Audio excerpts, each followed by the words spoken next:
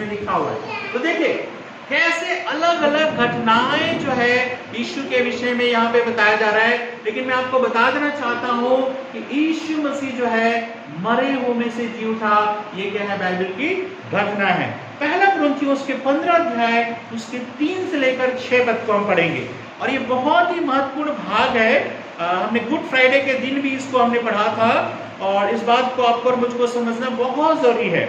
यहाँ पे क्या लिखा है, पहला कुरिन्थियों के 15 अध्याय के 3 पद से, इसी कारण मैंने सबसे पहले तुम्हें वही बात पहुंचा दी जो मुझे पहुंची थी कि पवित्र शास्त्र के वचन के अनुसार यीशु मसीह हमारे पापों के लिए मर गया और गाड़ा गया और पवित्र शास्त्र के अनुसार तीसरे दिन जी भी उठा।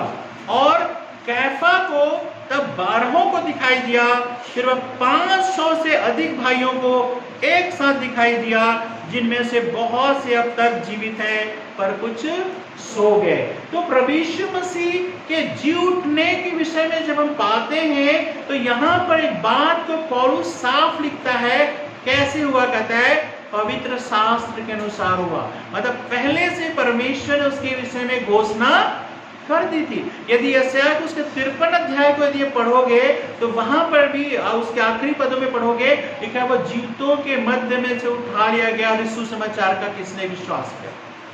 मतलब यीशु मसीह का मरे हुए में से जी उठने के विषय में पहले से ही जो है घोषणा हो गई। तो बहुत सारी जगहों में जो है इस बात की घोषणा हो गई थी। और भजन संहिता और दूसरी जगह को आप पढ़ोगे वहां पर लिखा है कि उसका देह सड़ने नहीं पाएगा, है ना। तो इस सारी चीजों को लिखा गया था। तो यहाँ पर कहता है कि प्रभु यीशु मसीह पवित्र शास्त्र के अनुसार मरा, पवित्र शास्त्र के अनुसार गाड़ा गया और तीसरे दिन जी उठा। तो यहाँ पर पहले से ही परमेश्वर ने इस बात की घोषणा कर दी थी। और न केवल ये, लेकिन लोगों को दिखाई दिया।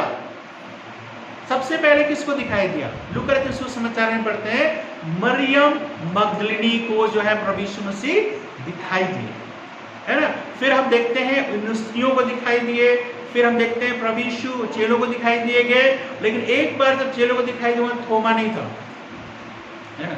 थोमा जो चेला था वो भारत आया था और वो क्या बोलते हैं, मैं तो विश्वास नहीं करता यीशु मसीह मरे हुए में से जी उठेंगे। जिस तरह से उन्होंने देखा था, जिस तरह से यीशु का कुछ हुआ था, है ना, कि कैसे उसका पूरा शरीर लहू लुहान चिथड़े चिथड़े हो गए थे, बोले ऐसा आदमी जो है कभी जिंदा नहीं हो सकता। क्या बोले, जब तक मैं उसके जहाँ पे उंगली बेधी गई, छेदा गया था, उस पे जो है मैं कहना चाहिए उंगली ना घुसा लूं, पैरों में उंगली ना घुसा लूं, उसके सीने पे वो ना कर लूं, तब तक मैं विश्वास नहीं करता, है ना। हम में से भी बहुत सारे लोग होते हैं ना, मैं जब तक विश्वास नहीं करूंगा जब तक आंखों से ना देखूं।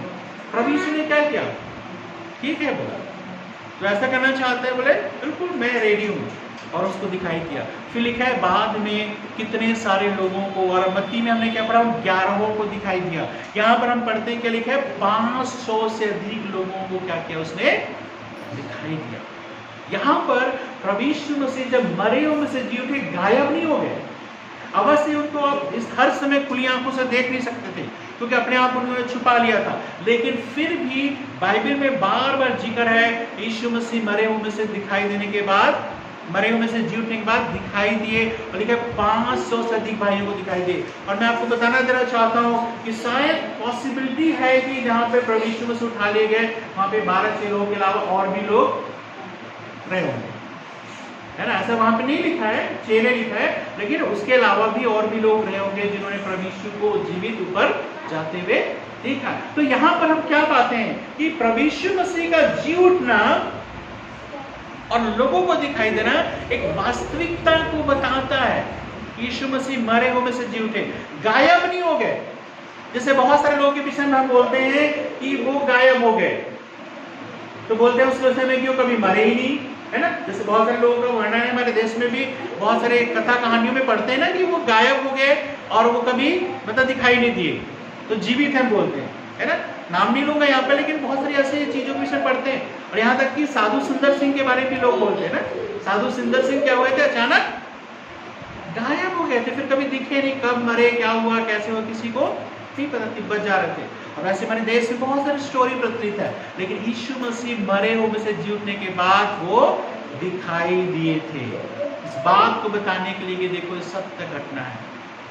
ठीक है, और एक दो वचन पढ़ के हम यहाँ पे खत्म करेंगे। तो हमारे लिए क्या उपयोगिता है? भाई यीशु मसीह मर के जी उठा तो हमारे लिए क्या उपयोगिता है? क्या क्या हमारे लिए लाभ है? यीशु मसीह मरे हुए में से जी उठा, हमारे लिए क्या लाभ है ना? रोमियो की पत्री उसका 1 अध्याय के 4 पद को पढ़िए, क्या लिखा है?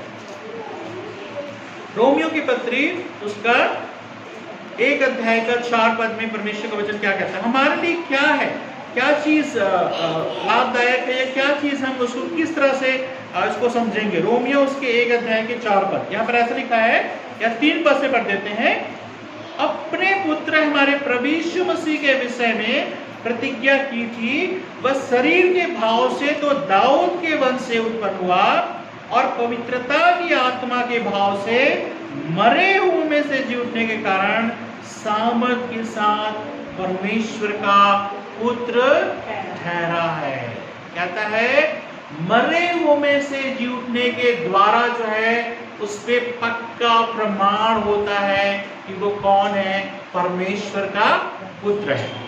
यदि बहुत सारी बातें बोल के वो चला जाता, बहुत सारे आश्चर्य कर्मों के करने के बाद इस दुनिया से चला जाता, लेकिन मरे हुए में से नहीं जी उठता, तो कहता है वो बाकी लोगों के समान होता। लेकिन यहाँ पर कहता है मरे हुए में से जी उठने के द्वारा वो सामर्थ के साथ परमेश्वर का पुत्र ठहरा है। इस बात को आपको मुझको समझना है, तो उसका जी उठना इस बात का प्रमाण है यीशु कौन है, परमेश्वर का पुत्र है। और बाइबल में जब हम परमेश्वर का पुत्र बोलते हैं तो वहां पर परमेश्वर का पुत्र का मतलब यहाँ पर इस तरह का बेटे बेटी का मतलब नहीं जिस तरह से हम सोचते हैं, है ना, लेकिन स्वयं परमेश्वर यहूदियों की धारणा के अनुसार वो बोल रहे हैं, हमारे देश के सोच के अनुसार नहीं बोल रहे। बहुत सारे लोगों ने बोलते हैं कि यीशु ने कभी नहीं बोला कि मैं ईश्वर हूँ, तो उसने बोला मैं ईश्वर का बेटा हूँ। और हमारे देश के बहुत सारे लोगों ने बोला कि मैं ईश्वर हूँ, ईश्वर ने बोला मैं ईश्वर नहीं हूँ, मैं ईश्वर का बेटा हूँ। लेकिन आपको मुझको समझना पड़ेगा, जब यीशु इस बात का क्लेम करता है कि वो परमेश्वर का पुत्र है, तो यहूदी लोग क्या करने लगे, पत्थर उठाने लगे मारने के लिए। किस बात के लिए? कि मनुष्य होकर अपने आप को परमेश्वर बनाता है। तो उनकी भाषा, यहूदियों की भाषा में परमेश्वर का पुत्र मतलब स्वयं परमेश्वर। तो यहाँ पर हम देखते हैं कि किस तरह से यीशु का जी उठना इस बात को साबित करता है कि वो कौन है, परमेश्वर का